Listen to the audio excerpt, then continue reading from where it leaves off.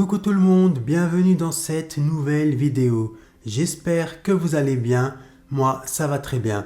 Alors pour cette nouvelle histoire, je vais vous raconter une story time sorcellerie. Mais juste avant de commencer cette nouvelle histoire, n'oubliez pas de vous abonner à ma chaîne, de liker cette vidéo et de partager cette vidéo au maximum afin que l'algorithme de YouTube donne beaucoup plus de visibilité à ma chaîne. Je vous en remercie. Donc, sans plus attendre, le début de l'histoire. C'est l'histoire d'un homme qui s'appelait Hamid et qui avait une petite épicerie, un petit hanout, dans lequel il y vendait des épices, mais aussi des fruits secs. Au fil des années, Hamid en avait marre parce que le marché était tout le temps bondé de monde et donc tout le monde passait devant son épicerie, mais personne ne venait acheter quoi que ce soit dans son épicerie. C'était vraiment très rare que des clients viennent acheter quoi que ce soit dans son épicerie. Ce qui fait qu'à la fin du mois, il n'avait malheureusement aucune rentrée d'argent. Et à cause de ça, il avait du mal à payer son loyer, à se nourrir, à se vêtir, etc. Un jour, Hamid va acheter des livres à un jeune garçon qui vendait des livres et avec ces livres-là, il prenait les pages, il en faisait un cornet et à l'intérieur de ce cornet, il y mettait les épices ou les fruits secs et ensuite il donnait ce cornet-là aux clients. Cette pratique-là se fait énormément dans les pays du Maghreb. À la place de mettre ça dans des sacs en plastique, les commerçants mettent ça dans des petits cornets en papier et ils les donnent directement aux clients. Quand Hamid est retourné dans l'arrière-boutique afin de poser les livres qu'il venait d'acheter à ce jeune homme, il va commencer à être très intrigué par un livre qui paraissait être très ancien. Lorsqu'il va regarder la couverture de ce livre, il va être choqué. Pourquoi ? Tout simplement parce que c'était un livre de sorcellerie, un livre de magie noire et de magie rouge. Par la suite, il va poser le livre de sorcellerie dans le coin de la table et il va retourner à l'avant de sa boutique. Il avait comme habitude d'attendre son ami qui s'appelle Abdelatif et de boire le thé avec lui à une certaine heure de l'après-midi. En voyant que Abdelatif ne venait pas, Hamid s'est dit « Bon, ce que je vais faire, vu que je n'ai aucun client, je vais me poser tranquillement à l'arrière de ma boutique et je vais feuilleter ce fameux livre de sorcellerie. » En feuilletant ce fameux livre, Hamid va tomber sur une page qui disait « Si vous faites cette sorcellerie-là, ça vous apportera la richesse. » En lisant ça, Hamid s'est dit « C'est parfait, au vu de ma situation, je vais faire ce qui est écrit dans ce livre. » Il a donc récité à haute voix une incantation qu'il y avait dans ce livre. Par la suite, il a pris une feuille blanche, il a écrit une certaine phrase sur cette feuille et ensuite il a pris cette feuille qu'il a mis dans un bol d'eau. Ensuite, il a laissé tremper cette feuille à l'intérieur de ce bol d'eau pendant quelques jours. Puis à la fin, il a récupéré l'eau de ce bol, puis il a versé cette eau-là devant sa boutique. Au début, Hamid, il y croyait pas trop. Il s'est dit, tout ça c'est des conneries, ça n'existe pas, la sorcellerie, la magie noire, la magie rouge, etc. Lui, il s'est dit, je vais essayer et on va voir si ça m'apporte des clients ou non. Par la suite, il a fermé sa boutique et il est rentré chez lui. Le lendemain matin, lorsque Hamid est arrivé à sa boutique, il y avait énormément de monde qui attendait devant sa boutique. C'était bondé de monde. Et pendant toute la journée, du matin au soir, il y avait des clients dans la boutique de Hamid. Hamid n'a pas eu une seule seconde à lui. À la fin de la journée, quand Hamid a compté sa caisse, il était très heureux. Il avait énormément d'argent dans sa caisse. Il s'est dit, mais en réalité, ce livre de sorcellerie, ce n'était pas des conneries. Ça marche pour de vrai, la preuve. En voyant que la sorcellerie avait fonctionné pour son commerce, Hamid va se dire « Il y a une femme que j'aime depuis des années et des années qui s'appelle Naïma et je vais voir s'il n'y a pas une incantation dans ce livre que je pourrais réciter afin qu'elle tombe amoureuse de moi. » Après la fin de sa longue journée, Hamid a commencé à feuilleter son livre de sorcellerie jusqu'à très tard le soir, jusqu'à 1h du matin. Et là, il va tomber sur une sorcellerie d'amour. Il va donc commencer à lire la formule et c'était exactement la même chose que pour la première fois. Il fallait qu'il écrive sur une feuille blanche une certaine phrase.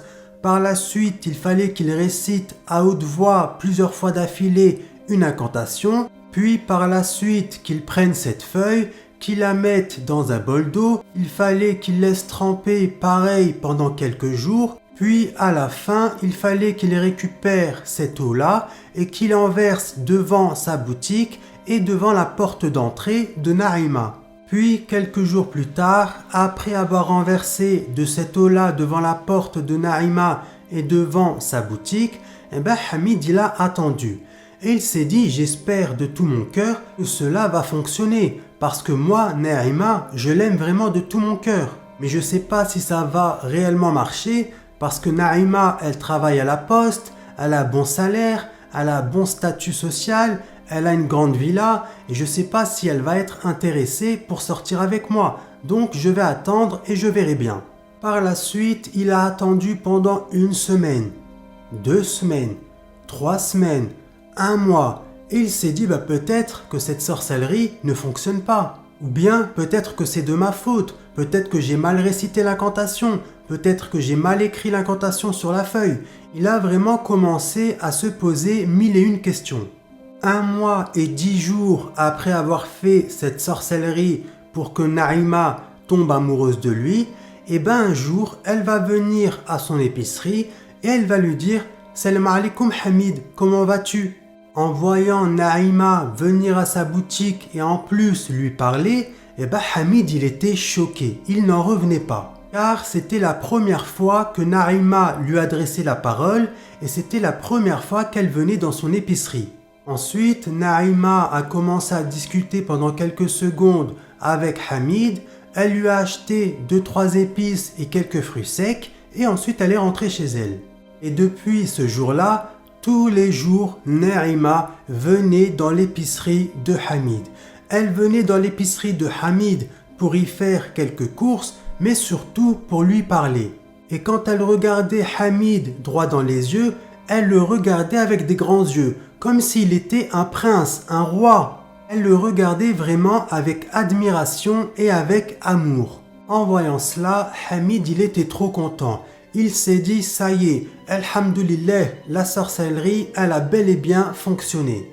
Un jour, alors que Hamid était en train de discuter avec Naïma, Naïma va lui dire, écoute, je voulais te dire que voilà, j'ai des sentiments pour toi depuis un petit moment maintenant et je voulais savoir si tu voulais m'épouser.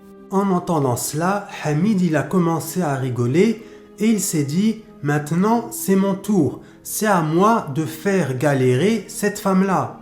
Pendant des années, quand elle passait devant mon hanout, devant mon épicerie, elle ne dédaignait même pas me dire seulement un petit bonjour et maintenant elle est à mes pieds, donc je vais jouer de cette situation.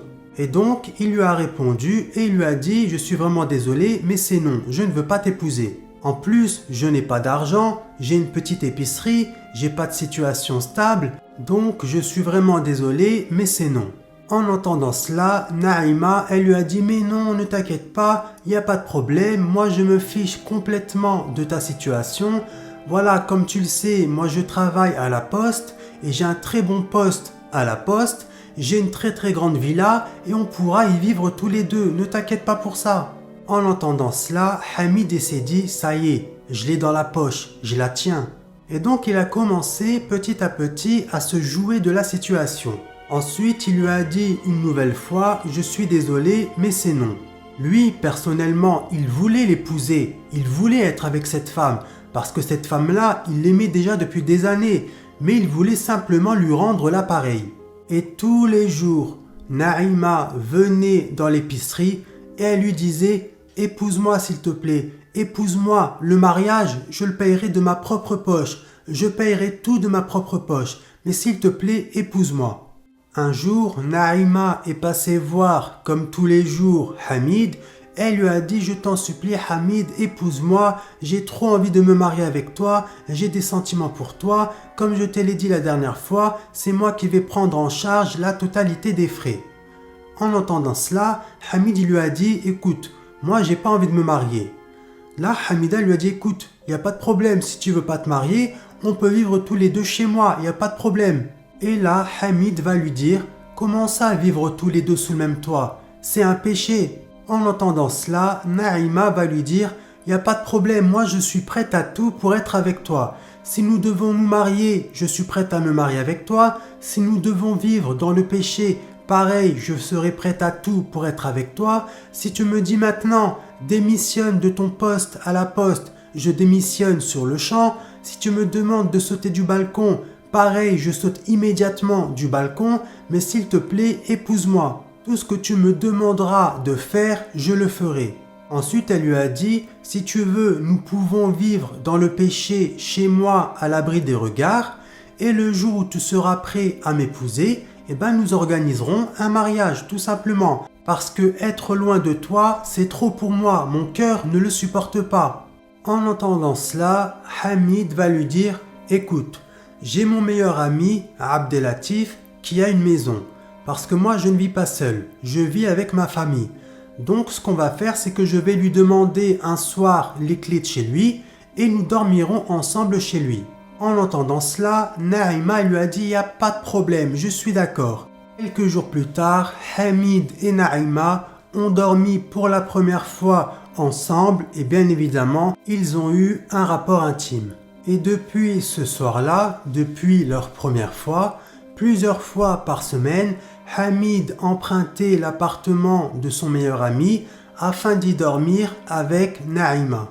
Et à chaque fois qu'ils dormaient ensemble, bien évidemment, ils avaient tous les deux des rapports intimes.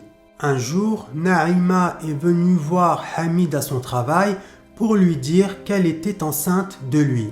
En entendant cela, Hamid va lui dire « Comment ça tu es enceinte? Qu'est-ce que mes parents vont dire? Et surtout, qu'est-ce que tes parents à toi vont dire ?»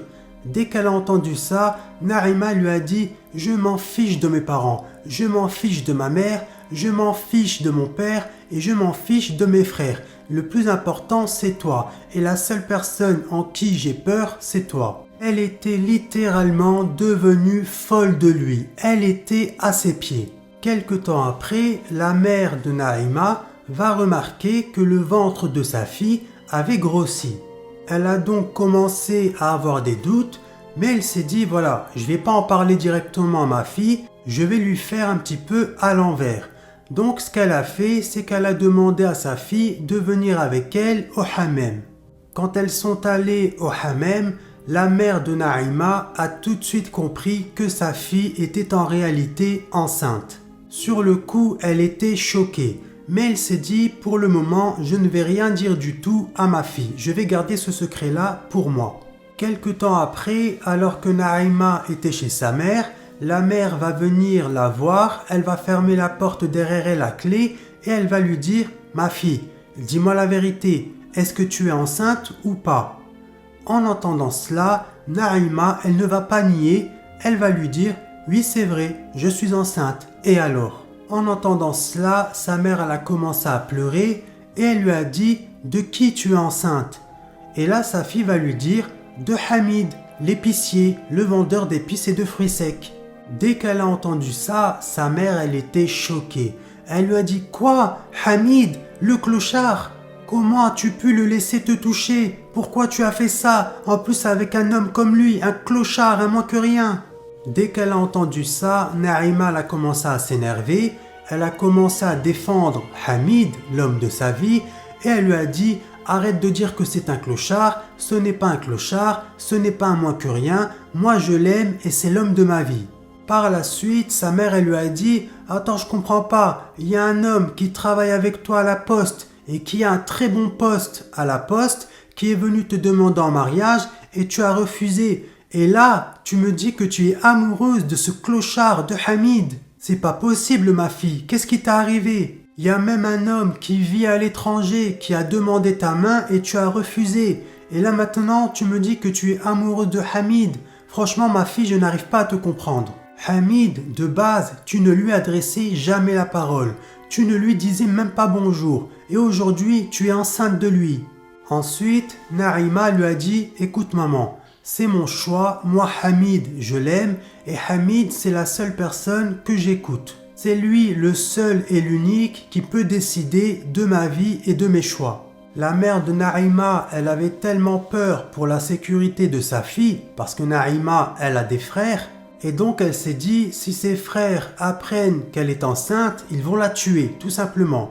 Et donc elle lui a dit, à partir d'aujourd'hui, tu iras vivre chez ta tante. Et surtout, tu ne mettras plus les pieds dehors. Tu iras simplement au travail, et du travail, tu rentreras chez ta tante, c'est tout.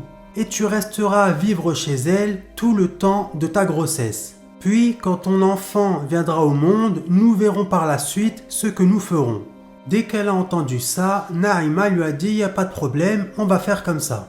Quelque temps après, les frères de Naïma vont commencer à se poser des questions. Ils vont aller voir leur mère pour leur demander où était leur sœur. Là, leur mère, elle va leur mentir. Elle va leur dire, ben là votre sœur, elle est partie vivre quelque temps chez votre tante, car en ce moment, psychologiquement, ça ne va pas trop pour elle. En entendant cela, les frères de Naïma étaient rassurés, parce qu'ils se sont dit, c'est bizarre, Naïma ne vient plus nous rendre visite ici chez notre mère, et quand nous allons chez elle, il n'y a personne. Donc au moins là, ils savaient où elle était, et ils étaient rassurés. Quelques mois plus tard, Naïma va accoucher. Et à chaque fois qu'elle appelait Hamid pour essayer d'avoir de ses nouvelles, il décrochait le téléphone une fois sur deux. Il commençait vraiment à en avoir marre d'elle. Il avait eu ce qu'il voulait d'elle, c'est-à-dire avoir des rapports intimes avec elle et se venger d'elle, mais c'est tout. Maintenant, il ne voulait plus avoir de nouvelles d'elle. Et en plus, entre-temps, il s'était mis en couple avec une autre fille. Lui, Hamid, il était content, il avait tout ce qu'il voulait. Il s'était vengé de Naïma, il avait eu ce qu'il voulait, c'est-à-dire avoir des rapports intimes avec elle, et en plus, son épicerie, elle marchait du tonnerre. Au fil des mois, Hamid, il a enchaîné les conquêtes. Il se mettait tout le temps en couple avec de nouvelles filles. À force, Hamid, il en avait marre. Il n'en pouvait plus de Naïma. Il en avait marre de recevoir du matin au soir des appels de Naïma. Et pour se débarrasser d'elle, il s'est dit « Je vais ouvrir mon livre de sorcellerie pour voir s'il n'y a pas une sorcellerie à faire pour qu'elle s'éloigne de moi. » Par la suite, Hamid il a concocté sa petite potion magique. Il a été chez la tante de Naïma et il lui a dit « Je suis venu aujourd'hui pour te voir et pour voir notre enfant et je t'ai apporté une boisson. Et cette boisson-là, il va falloir que tu la boives, mais surtout que tu en mettes sur ta tête et sur la tête de notre enfant. Ceci servira à vous protéger. Et par la suite, je te demanderai en mariage et nous pourrons vivre ensemble. » En entendant cela, bien évidemment, Naïma, elle a commencé à boire de cette chose, de ce shour, puis elle en a versé sur sa tête et sur la tête de son enfant.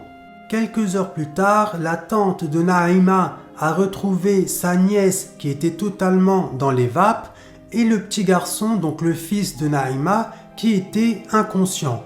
Ils les ont donc emmenés immédiatement à l'hôpital et sur le trajet, l'enfant de Naïma est décédé. Quant à Naïma, elle est restée dans le coma pendant un certain temps. Le lendemain de la mort de l'enfant de Naïma, la police est venue interroger toute la famille de Naïma et ils ont commencé à demander où se trouvait le père de l'enfant. Bien évidemment, la mère de Naïma, elle n'allait pas mentir aux policiers, donc elle leur a dit « Le père de cet enfant s'appelle Hamid, il est épicier et sa boutique se trouve juste ici, à tel et tel endroit. » Et pendant que la mère de Naïma était en train de parler avec les policiers, et pendant qu'elle était en train de leur dire qui était en réalité le père de l'enfant de Naïma, il y avait les frères de Naïma qui étaient là à écouter toute la conversation. Et quand ils ont appris qui avait engrossé leur sœur, ils étaient choqués. Ils sont donc sortis immédiatement en cachette avant les policiers. Ils sont allés dans l'épicerie de Hamid Et là, ils vont lui dire « Est-ce que c'est la vérité? Est-ce que c'est toi le père de l'enfant de notre sœur ?» Là, Hamid, il avait tellement peur qu'il va tout leur avouer. Il va leur dire « Écoutez, je vais vous dire toute la vérité. Il y a quelque temps, j'ai acheté des livres et parmi tous ces livres-là, il y avait un livre de sorcellerie. Et vu que j'étais fou amoureux de votre sœur, je lui ai fait de la sorcellerie afin qu'elle tombe amoureuse de moi. Par la suite, votre sœur et moi, nous sommes sortis ensemble et nous avons eu plusieurs rapports intimes. Et à cause de ces rapports intimes-là, votre sœur est tombée enceinte. Quand j'ai appris qu'elle était tombée enceinte de moi, je ne voulais plus avoir de ses nouvelles. Et encore moins quand j'ai appris qu'elle avait donné naissance à notre enfant. Et vu que je ne savais pas comment me débarrasser d'elle et de notre enfant, je leur ai fait de la sorcellerie. En entendant cela, les frères de Naïma, ils étaient choqués. Ensuite, ils lui ont dit « Mais tu sais qu'à cause de tout ça, à cause de tes sorcelleries, notre sœur elle est dans le coma et son enfant il est décédé. » Ensuite, ils ont continué à le frapper pendant de longues minutes jusqu'au moment où Hamid il a perdu connaissance et par la suite il est décédé. En voyant que Hamid était décédé, les frères de Naïma sont directement allés voir les policiers, ils leur ont expliqué toute la situation et ils ont avoué leur crime. En entendant cela, les policiers ont immédiatement mis les frères de Naïma en prison et quelque temps après, Hamid a été enterré. Quant à Naïma, à un moment donné, elle est sortie du coma pendant quelques minutes, mais malheureusement, après ces quelques minutes-là, elle est retombée à nouveau dans le coma. Et jusqu'à aujourd'hui, la pauvre Naïma est toujours dans le coma.